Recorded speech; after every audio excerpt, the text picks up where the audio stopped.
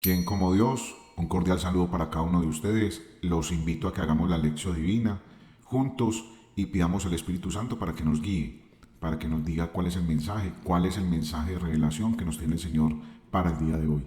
Señor Jesús, envíanos tu Santo Espíritu para que podamos leer la palabra de Dios, libres de todo prejuicio, para que podamos meditar el anuncio del Evangelio en toda su integralidad y que no dañemos tu mensaje, que no hagamos libre interpretación para nuestra conveniencia, para que podamos orar juntos, para que creamos contigo una comunión, contigo y con todos nuestros hermanos, para que finalmente esta obra nos permita vivir cada día más cerca de ti y que todos los días dirijamos todos nuestros pasos a encontrarnos contigo, con nuestro Padre y con el amor que nos profesan todos los días, regalándonos la vida, regalándonos nuestras familias, nuestros hogares, trabajos, estudios y todo aquello que pertenece a la vida temporal.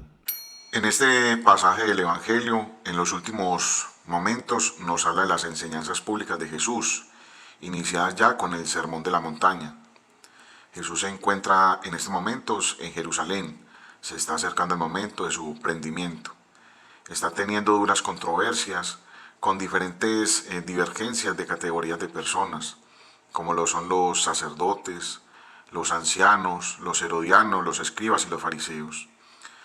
Jesús no está contestando a la religiosidad judaica, a aquellos judíos que profesaban a muerte la ley, sino que pronuncia fuertes palabras en contra de los intentos de algunos, como son los jefes del pueblo, sobre todo para mezclar los auténticos valores con las conductas incoherentes de aquel momento de los gobernantes. El Evangelio de Mateo, en esta primera parte del capítulo 23, reportando con estas palabras de Jesús, nos pone en guardia a las comunidades de los primeros cristianos para que no caigan en un estilo de vida que es incompatible con la fe de Jesús, con la vida de Jesús. En el fondo se percibe el conflicto que se ve entre la iglesia naciente y las sinagogas. Esto lo vemos mucho en el Evangelio de Juan, pero en este momento estamos en el Evangelio de Mateo. Hay una posible división, se empieza a acercar momentos cúlmenes en aquel momento, en aquel contexto histórico. Mateo 23, del 1 al 7, puesta en guardia de los que escuchan y denuncia de las conductas de los escribas y los fariseos. También nos dice, por ejemplo, Mateo 23, del 8 al 12, las recomendaciones a las comunidades de los discípulos. Entonces Jesús se dirigió a la gente y a sus discípulos y les dijo, en la catedral de Moisés se han sentado los escribas y los fariseos. Eso es un primer llamado de atención, porque sabemos que Moisés representa mucho para el mundo judío. Haced pues y observad todo lo que os diga, pero no imitéis su conducta, porque dicen y no hacen. A veces ser tan religiosos nos hace una invitación a creernos superiores por nuestras prácticas religiosas, pero nos olvidamos del mundo, nos olvidamos de la fraternidad, nos olvidamos de Dios y caemos en el error del pueblo judío de aquel momento, que pensaba que era más importante la ley que el amor. Y es claro lo que él nos señala en el Evangelio, porque dice la incoherencia de aquellas personas, porque dicen y no hacen. Atan cargas pesadas y las echan en las espaldas de la gente, pero ellos ni con un dedo quieren moverlas. Es claro que muchas veces terminamos inclinando nuestras cargas hacia otros para nosotros sentirnos libres, pero andar con el Señor no es fácil. Andar con el Señor es un camino de pronto lleno de espinas, pero que es un camino que nos llevará a la felicidad eterna. Y nos llenamos las bocas diciendo de las cosas buenas que hacemos, de las obras que hacemos, de cómo ayudamos, de cómo colaboramos. Pero todas sus obras las hacen para ser vistos por los hombres. Ensanchan las filacterias y alargan las orlas del manto. Quieren el primer puesto en los banquetes y los primeros asientos de las sinagogas. Tenemos que meditar si hemos caído en esto, porque es muy factible que en muchos momentos de nuestras vidas queramos esa soberbia que nos ataca. Queremos mostrarnos más que otros, queremos ser más que otros. Y esto nos puede hacer una mala jugada en nuestra vida espiritual. Que se les salude en las plazas y que la gente los llame rabí, maestros. A vosotros, en cambio, no os dejéis llamar rabí. Sí, claro, se nos hincha el pecho cada vez que nos hacen reconocimientos, medallas, aplausos. Lo haces muy bien, excelente, eres el mejor. Definitivamente, no, pues nos llenamos tanto de buenas palabras que terminamos es desconociendo a Jesús. Recordemos que nosotros no somos buenos. Todo lo que hacemos, todos esos méritos son del Señor, porque Él ha puesto su morada en nuestro corazón para que nosotros hagamos y ayudemos al reino de los cielos. Porque uno solo es vuestro Maestro, y vosotros sois todos hermanos. Solamente hay un Maestro, es el Señor, el que todo lo ha creado, el que todo nos lo ha enseñado, el Rey de la sabiduría. Pero a veces creemos y nos confundimos. Ni llaméis a nadie Padre vuestro en la tierra, porque uno es solo vuestro Padre. Recordemos que el Señor nos enseña a orar, Padre, Padre nuestro. Y es un texto que genera mucha controversia y que lo voy a ir explicando de una manera más didáctica para que lo podamos comprender. Porque a veces nos dicen en las iglesias, es que usted le dice al sacerdote, le dice Padre, y no le digas Padre a nadie que esté aquí en la tierra. Pero tenemos que darle contexto a este texto para poderlo entender. Porque uno solo es vuestro Padre, el del cielo, ni tampoco dejéis llamar instructores, porque uno solo vuestro, porque solo es vuestro instructor, el Cristo. Claro, Él es el único que nos enseña el camino, Él es el camino, que es otra realidad totalmente diferente. Nosotros podemos mostrar el camino, porque somos evangelizadores, somos anunciadores de la palabra después de ser bautizados, recordemos que somos profetas. Pero Cristo es el camino. El mayor entre vosotros será vuestro servidor. Pues el que se enaltece será humillado, y el que será humillado será enaltecido. A veces este evangelio puede sonar hasta un juego de palabras. Porque nosotros tenemos que tener muy claro qué estamos haciendo. Tenemos que, ¿cuál sería la clave de este evangelio? La clave es el amor. Porque nosotros queremos ser servidos, nosotros no queremos hacer fila, nosotros queremos que nos pasen por un ladito. Queremos que nadie nos estorbe. Queremos aire acondicionado, queremos carro, casa, beca, queremos todo. Pero no nos queremos esforzar por conseguirlo. ¿Qué significa este evangelio? Recordemos la Virgen María. Aquí, en este evangelio, inmediatamente recuerdo a la Virgen María, porque tenemos que ser siervos del Señor, tenemos que desgastarnos en vida por el Señor. He aquí la esclava del Señor, hágase en mí según tu palabra, y no según mi palabra. O sea, eso es lo que el evangelio nos tiene que invitar a meditar hoy. Hay personas enfermas en los hospitales. Hay personas que en este momento que estamos escuchando este audio están muriendo y no tienen un sacerdote, no tienen un guía espiritual. Hay niños, que es lo más grave, niños que están aguantando hambre y nosotros no nos cabe un arroz parado en nuestro estómago, no nos cabe porque estamos rellenos, dejando dañar la comida de nuestras neveras. La vida de nosotros tiene que estar llamada al servicio, y ese servicio tiene que ser movido por una sola cosa, por el amor. Dios es amor. Si nosotros realmente decimos tener a Jesús en nuestra alma, en nuestros corazones, vamos y lo recibimos en la Eucaristía. Si decimos que estamos en comunión con Dios, que estamos en paz con Dios, ese Señor se tiene que mover en nuestra vida.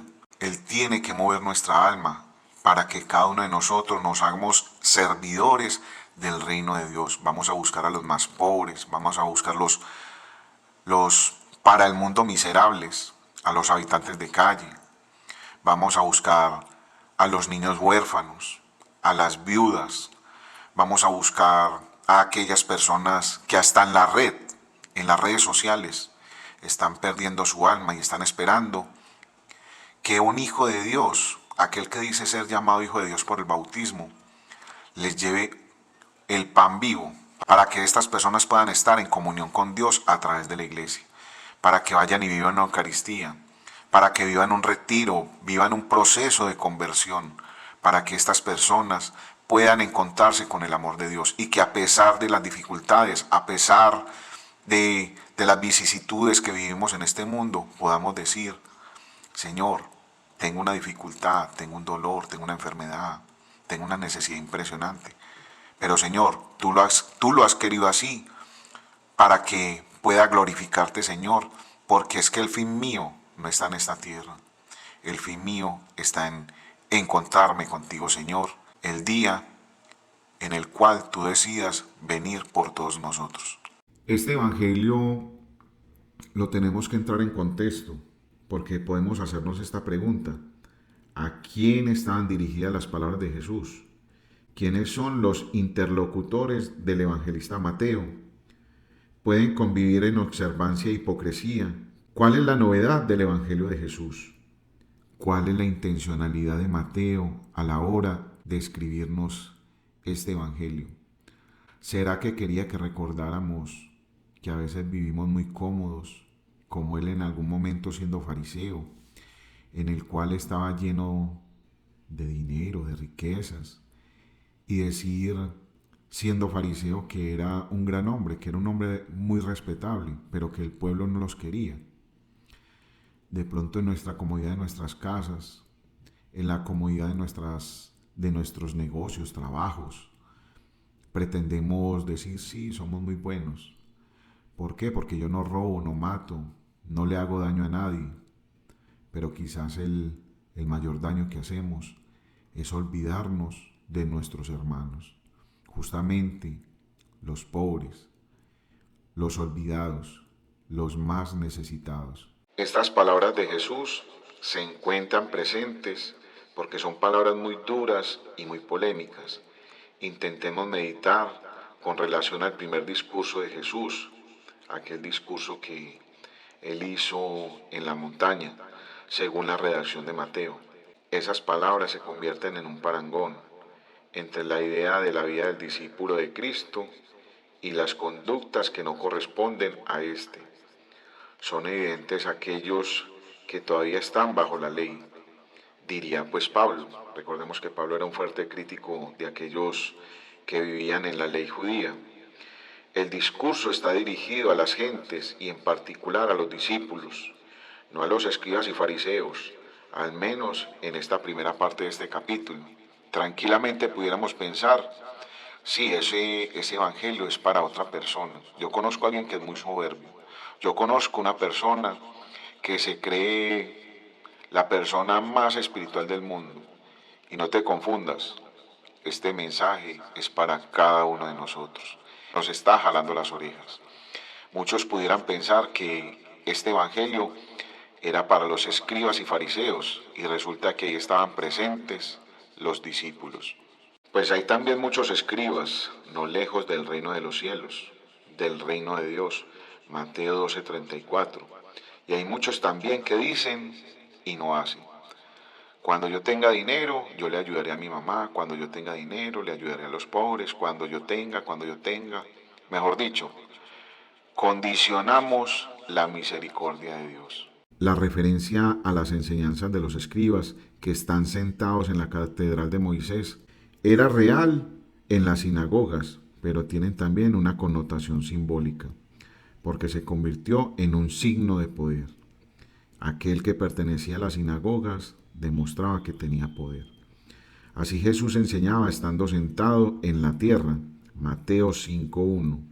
La relación de Jesús con la ley se aclara en el Sermón de la Montaña. Él no ha venido para abolir, sino para llevar el cumplimiento de la ley. Aquella ley tenía una marcación especial, el amor. Mateo 5:17-19. Por los que los mandamientos auténticos están en practicarlos, Sí, claro, la ley está escrita. Nosotros decimos, yo cumplo perfectamente, yo conozco perfectamente los mandamientos. No es solamente conocerlos, es practicarlos. Cuando yo os diga, hacedlo y observarlo. Pero Jesús añadía en el discurso anterior, yo os digo, si vuestra justicia no supera la de los escribas y de los fariseos, no entraréis en el reino de los cielos. Mateo 5:20. Perfectamente tenemos que reflexionar sobre esto, porque a veces creemos que no, yo soy como aquel, yo soy yo cumplo porque yo hago lo mismo que el otro. La ley del Señor es clara. Tenemos que hacer no más que otros. Tenemos que hacer la ley de Dios. Según la auténtica interpretación de la ley, habéis oído que se dijo, pero yo os digo, no es lo que digan, es lo que diga Jesús. Jesús supera la observancia formal de la ley, Marcos 7:15, porque ha llegado al reino de Dios, Mateo 4:17. Y con su llegada el amor está por encima de la ley. No basta ya recurrir a la ley para justificar la validez de los actos culturales. El sábado, lavarse las manos.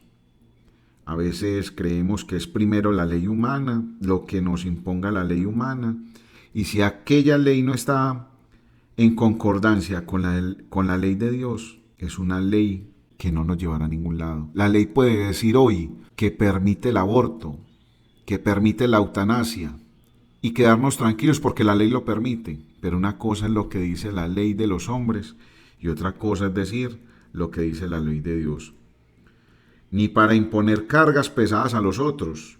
Ahora todos deben hacer referencia al amor de Dios, que es el único que confiere al obrar del hombre en su último significado. Ese tiene que ser nuestra última intención. Para los discípulos de Cristo son válidas las motivaciones interiores, mucho ojo, son válidas todas las motivaciones interiores, pero tienen que ser intenciones auténticas. Mateo 6 del 22 al 23, anunciando que el reino de Dios ya está aquí. El reino de Dios ya está aquí. Muchos pensamos que Jesús nos va a llevar al reino y han descuidado su mirada, porque es que no es que Jesús nos vaya a llevar al reino. Jesús es el reino, que es algo totalmente diferente. Jesús ofrece un nuevo criterio de acción que no suprime la ley, sino que revela su sentido auténtico. No es cumplir, es amar. El mandamiento del amor es el patrón de medida en la crítica de la ley. Venid a mí todos los que estáis cansados y agobiados. Mi yugo es dulce y mi carga ligera. Mateo 11, 28, 30. Las cargas pesadas son las prescripciones elaboradas por la tradición oral. Estas pueden ayudar a la observancia de la Torá, pero también la pueden adulterar y suplantar en su uso humano.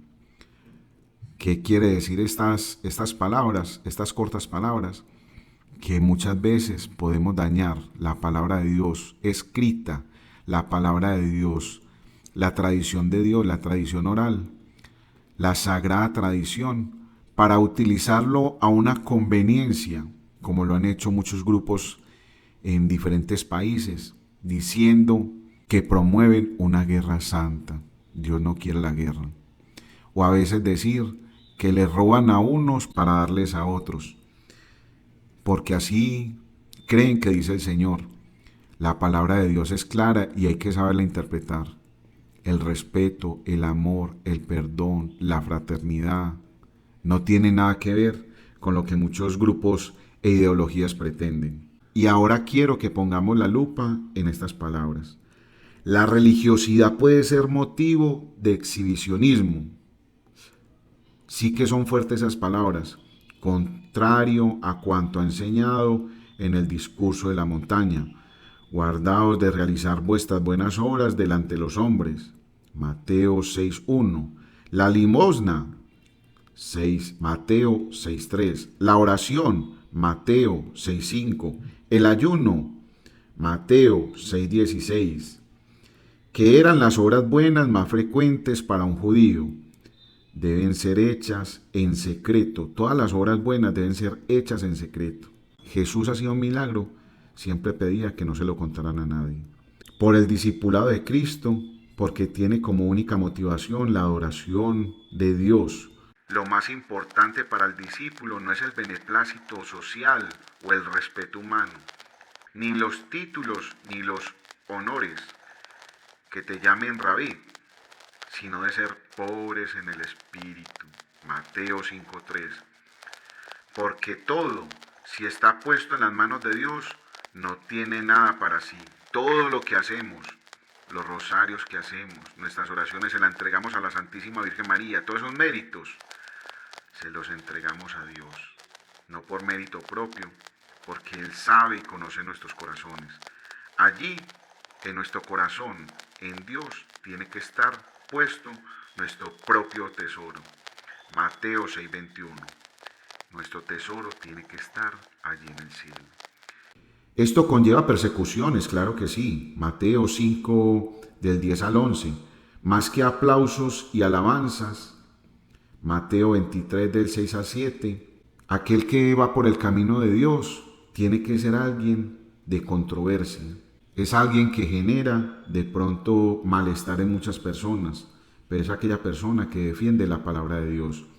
Dios es nuestro Padre, Mateo 6:9. Ninguno puede interponerse a Él. Por esto, el discípulo debe guardarse de dar algunos títulos: rabí, maestro, padre. Una importancia o poder que oscurezca el hecho de que uno solo es rabí, nuestro Padre, maestro, Señor de señores, Rey de reyes, y vosotros todos sois hermanos. Cuando nos dice que todos somos hermanos, nos está queriendo decir que todos somos iguales, tenemos las mismas condiciones, tenemos nuestros mismos derechos y deberes. Nadie es más que nadie para que se crea más que otro. Solo recordemos a Juan que bautizaba. Juan, cuando vio pasar al verdadero maestro, envió todos sus discípulos a él. Juan 1:35, el único maestro, y no lo retuvo consigo. La comunidad de Jesús es la que se halla delineada en las bienaventuranzas. ¿Recuerdan ustedes las bienaventuranzas? Es bueno que hagamos esa lectura para que recordemos quiénes son los bienaventurados. Con sus radicales exigencias a la comunidad, una comunidad de hermanos es capaz de acoger a Dios, que viene a salvarnos gratuitamente, a entregárnoslo todo. Esta comunidad tiene su ideal en el servicio, en la fraternidad, en el amor. Qué pena que insista con este tema. Pero quien no sirve, definitivamente va por el camino equivocado. Y el camino correcto es el camino a encontrarnos con Dios. Mateo 20:28. El Hijo del Hombre, modelo de la iglesia. Recordemos qué hizo Jesús. Veía pobres, ricos, enfermos, leprosos. Y si hemos leído, hemos conocido de la palabra de Dios, sabemos que Él siempre estaba al servicio. La autoridad del jefe pierde su atracción. No es ya un ideal. El más grande entre vosotros sea vuestro siervo. No es el que manda, es el que sirve. Conforme a Marcos 10:41 al 44 o Juan 13. No se habla más del modelo jerárquico, sino del servir y rebajarse. Pues quien se ensalza será humillado, y quien sea humillado será ensalzado. Esas palabras son una promesa del Señor. En las palabras de Jesús hay mucho más que una polémica con los escribas y los fariseos. Es una palabra actual con cada uno de nosotros, para que reflexionemos y sepamos cuál es el camino por donde debemos guiar nuestras vidas. Mucho más que una exhortación a que cada uno de nosotros seamos coherentes, no coherentes con la sociedad, no coherentes, ojo, quiero que tengan esto claro, no ser coherentes con nuestros hijos, con nuestras esposas, en lo que ellos digan. Ojo que estas palabras tienen una cascarita, es ser coherentes con la palabra de Dios, con la voluntad de Dios. Es el reclamo que nos hace Jesús para que seamos discípulos verdaderos, a la novedad que ellos están llamados a testimoniar, a que seamos más que personas que hablamos del Evangelio, que evangelicemos con el Evangelio, con la palabra de Dios, sino que evangelicemos con nuestro testimonio. Y hoy Jesús marca 3 mensajes especiales. Jesús confirma lo que enseñaba a los escribas y fariseos en la manera como él hablaba y actuaba. Segundo, el cristiano moderno dedica tiempo a su formación, no solamente para llenarse de cosas vacías, sino porque a Dios hay que conocerlo. Para poder hacer la palabra de alguien, tengo que conocer qué es lo que quiere. Y ojo con los falsos profetas. A veces tenemos personas que nos pueden incitar a una vida espiritual, pero nos están enseñando a ser personas hostigantes, a molestar a nuestro hermano, a que vivamos, entre comillas, a vivir con Dios, pero que cada vez estamos más lejos. Ese primer mensaje de que Jesús confirma lo que le enseñaba a los escribas y fariseos se refiere propiamente a que Jesús, ya veo quién quieres, Jesús, ya veo que quieres insistir en la necesidad de la humildad y de la coherencia de vida. El mensaje, como les comenté, iba dirigido hacia 2 públicos. Uno iba dirigido a la mesa de los hombres y mujeres que, como buenos hebreos, practicaban el judaísmo, la religión revelada de Abraham, de Isaac, de Jacob, de Moisés y de los profetas. Decía también a la multitud que escuchaba: en la catedral de Moisés se han sentado los escribas y los fariseos. Así cumplí todo lo que ellos digan. Los escribas y fariseos enseñaban al pueblo las sagradas escrituras. Quizás todas estas personas, hay personas muy valiosas, pero hay personas que dicen enseñar las sagradas escrituras y son demasiado soberbias. Piensan que las palabras de Dios son para ofender y no para edificar.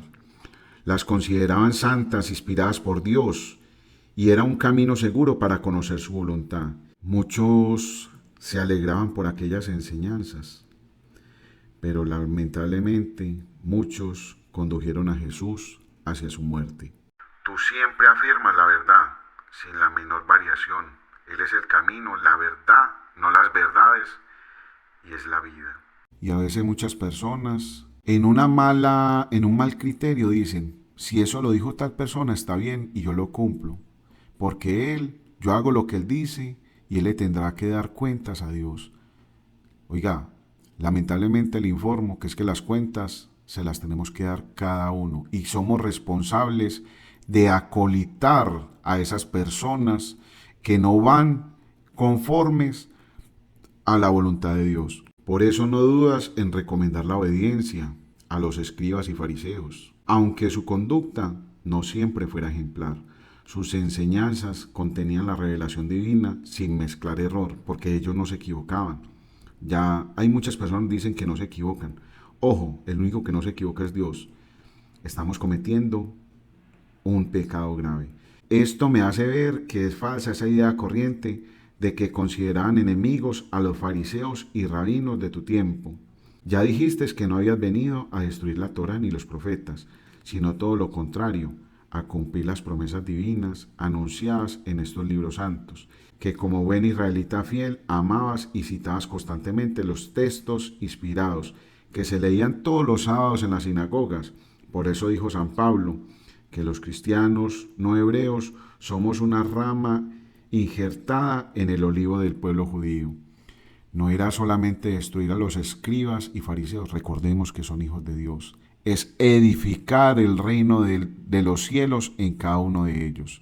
Es llamarles a que sigan a Cristo. Y a veces creemos, porque conocemos 2, 3 textos de las Sagradas Escrituras, ya nos creemos autosuficientes. Por eso la invitación es también para que cada uno se forme. Porque lo que decían los escribas y los fariseos eran ley, porque muchos no conocían la palabra. ¿Quién eran los escribas? Formaban parte de una institución de hombres. Las mujeres no eran admitidas, que dedicaban su juventud a estudiar bajo las órdenes de otros escribas autorizados. Los fariseos eran una asociación de laicos. Ojo, los fariseos eran una asociación de laicos que se tomaban la religión judía muy en serio. pensaban que eran la autoridad, pretendían ser el resto, profetizado por Isaías, y buscaban la justicia, o sea, la santidad. Recordemos que para el pueblo judío ser justo era ser santo, a base de observancias, minuciosamente de la ley, diversos preceptos y de seguir las prácticas purificadoras de los sacerdotes. Los escribas tenían el doctorado en teología, los fariseos no, pero amaban la revelación escrita y oral. Aquí hay una fuente muy bonita que nos recuerda a la Iglesia Católica. Nosotros hablamos, igual que los judíos, de aquella revelación escrita y oral, lo cual nuestros hermanos protestantes solamente creen en la sola escritura. Tanto unos como otros merecían la alabanza pública de Jesús por su deseo de conocer la Torá y de enseñar a los demás. Quede bien claro que el Señor nunca se declaró enemigo de tales grupos, jamás criticó ni despreció sus enseñanzas bíblicas, al contrario, como acabamos de leer, recomiendan abiertamente a las multitudes que los escuchen e hicieran lo que estos decían. Pero cuando decían que hicieran lo que ellos decían, eran referente a las Sagradas Escrituras, no referente a sus pensamientos.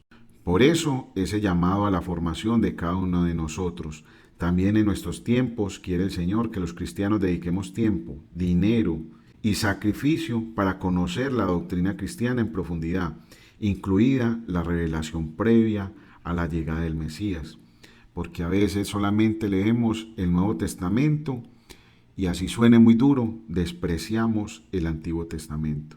Infinitamente a todos los libros de autoayuda escritos y por escribir. Pero como la Biblia revela la verdad y la verdad no se capta fácilmente, hay que ponerla en su contexto, reconocer culturas, idiomas, qué intencionalidad tiene el autor, qué nos quiere mostrar el Señor para que no caigamos en esas libres interpretaciones. Es preciso buscar buenos maestros, buenos libros, buenas catequesis, auxiliarnos de la iglesia, de las encíclicas, de todo el magisterio, de buenas fuentes de formación doctrinal. Por sí solos, ni los premios Nobel entenderán la palabra de Dios revelada. Podrían llegar a saber mucho, a ser eruditos, a ser especialistas en muchas ramas de la vida, a trabajar como ilustrísimos catedráticos de las ciencias bíblicas, pero si no vivieran la fe ni escuchan la voz del Espíritu Santo que habla por la iglesia, entenderían tanto como un bebé de física nuclear. Por eso nos tenemos que cuidar de los falsos profetas. Una vez más Jesús tendrá que aconsejarnos en el día de hoy. No obréis como ellos, pues hablan mucho, pero no viven lo que enseñan. Entonces, ¿de qué les sirve ser tan eruditos en el conocimiento científico de la Biblia? Pues para lo mismo que algunos contemporáneos del Señor, para tener un buen sueldo, un nivel aceptable de vida, para ser administradores, para ser profesores, para ser admirados por sus alumnos, elogiados por sus publicaciones, para llenar el ego, para alimentar su orgullo al verse citados por otros sabios, para buscar que los periodistas lo busquen y que muchos pidan autógrafos, fotos, que los califiquen de autoridades y les reserven un sitio de honor en las reuniones públicas, frente a los alcaldes, gobernadores y todos aquellos que consideremos importantes. Frente al trabajo de los tales sabios, deberíamos seguir el consejo del Señor, valorar lo científico, claro, y verdadero de su ciencia bíblica, pero no imitar su falta de fe y de auténtica vida cristiana. Porque ahora hay gente que estudia a Jesús sin tener fe. Lo que sí podemos hacer es que se salte esa alarma a la hora de escuchar y supuestamente de escuchar a esos expertos bíblicos que presumen de su ciencia, que desautoriza la doctrina tradicional y parecen buscar distinguirse y ser alabados por su gran saber, por su gran criterio. Lo reconocerán enseguida por su crítica al Maestro, a la Santa Sede y al Papa. Transmiten la impresión de que los miles de sabios y santos que han estudiado la Biblia a lo largo de 2000 años de cristianismo eran unos lerdos e ignorantes. Es decir, todo lo que afirmaron ellos estaban totalmente errados, hasta que llegaron ellos y contaron la verdad. ¿No te parece sospechoso esta intención de aquellos que se creen tan sabios? Yo la verdad lo veo muy sospechoso. Gracias, Señor, el día de hoy me has puesto en guardia, Señor, de un comportamiento hipócrita que no refleje tu vida, que no refleje tu amor, que no refleje tu misericordia, Señor. Te invito a que meditemos qué tenemos que cambiar y que dejemos esa soberbia. Como es fácil volver a colocar en el centro a Jesús y que el centro de nuestra vida no seamos nosotros mismos, nuestra felicidad, primero yo, segundo yo, tercero yo. Eso es muy desilusionante porque nos aferramos a las usanzas y permanecemos inmóviles creyendo que todo lo que hacemos lo hacemos bien y creemos escuchar la palabra, pero no la practicamos. Si yo también, Señor, estoy entre aquellos, ayúdame, Señor, ábreme los ojos. Dime qué debo hacer, corrígeme, Señor. Tú me corregirás con tu amor. Quítame todo aquello que me aleje de ti. Tu palabra es mi amor, es mi agua, es mi pan, es mi bendición. La búsqueda de aquellos signos exteriores del reconocimiento, de alabanzas, de títulos y honores, a veces turban mis pensamientos en mi humanidad. Ayúdame, Señor, a que esto se vaya de mí y que no debilite la fraternidad con mi hermano. Ayúdame que mis intenciones sean puras como las del corazón de la Santísima Virgen María. Sean asimismo mis intenciones y mi conducta, de modo que yo pueda construir en mi comunidad una comunidad de amor, de fraternidad, de entrega, pero que no solamente sea religiosidad, que me lleve el corazón a estar de rodillas ante ti siempre, Señor, pero siempre al servicio, con tu misma pasión, para que todo lo logre amar por siempre. Amén. En el nombre del Padre, del Hijo y del Espíritu Santo. Amén. Y después de Dios,